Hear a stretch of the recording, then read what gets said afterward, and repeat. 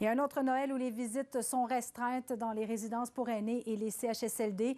Le gouvernement a émis de nouvelles directives hier. Les résidents et leurs proches doivent s'adapter bien malgré eux. Des éclosions sont en cours dans plusieurs milieux de vie, on le sait, et la situation, elle est prise très au sérieux. Fanny, vous avez parlé à des familles. Elles le vivent comment? Bien, j'ai parlé à des familles résignées. Je dis résignées parce que ça fait déjà 1 an et demi qu'elles s'adaptent constamment à des nouvelles mesures. Elles sont prêtes à tout pour protéger leurs proches et même si ça implique de changer leur plan de Noël à la dernière minute, comme vous allez le voir dans mon reportage. Un petit pâté à la viande comme elle aime, avec des petites saucisses comme elle aime, pour lui mettre un peu de gaieté dans sa journée qu'elle doit passer seule. À quelques heures de Noël, le gouvernement Legault resserre les consignes sanitaires dans les milieux de vie des aînés. Lucie se résigne à visiter sa maman en solitaire au CHSLD Diouville. On est 7 enfants chez nous. On devait être les 5 des 7 ici avec elle pour dîner. Puis là, on n'a plus le droit à une personne à la fois, puis 2 par jour. Jusqu'à nouvel ordre, le passeport vaccinal est exigé pour tous les visiteurs. En CHSLD, les résidents peuvent recevoir la visite d'une seule personne à la fois, 2 personnes par jour.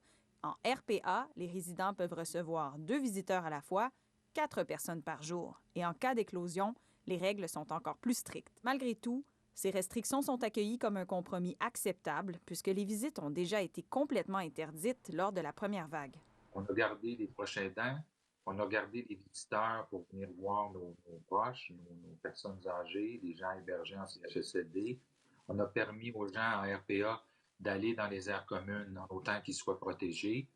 Les visiteurs, par contre, doivent visiter les gens dans leur chambre. Alors, oui, c'est pas parfait, mais je trouve qu'il y a quand même là un équilibre, contrairement à ce qu'on a déjà vécu. Il reste que ce n'est pas facile. Les fêtes de Noël ont toujours eu leur importance. C'est le cas pour le mari de Ginette Desmarais. Il y avait de la musique, toutes les familles étaient là, il y avait un souper. Enfin, vous voyez, c'était pas du tout la même chose. Là, parce que ce souper-là, avant, rassemblait justement les familles, même celles qui venaient pas souvent. C'était un prétexte pour aller visiter les résidents. Pour les personnes qui veulent souhaiter de joyeuses fêtes à leurs proches sans se déplacer, heureusement, les nouvelles technologies existent. Il y a des techniciens en loisirs ici qui s'occupent puis qui l'ont beaucoup fait déjà en 2020 et en 2021, de faire des contacts, par exemple, entre les familles et les résidents par tablette, par iPad, FaceTime ou peu importe.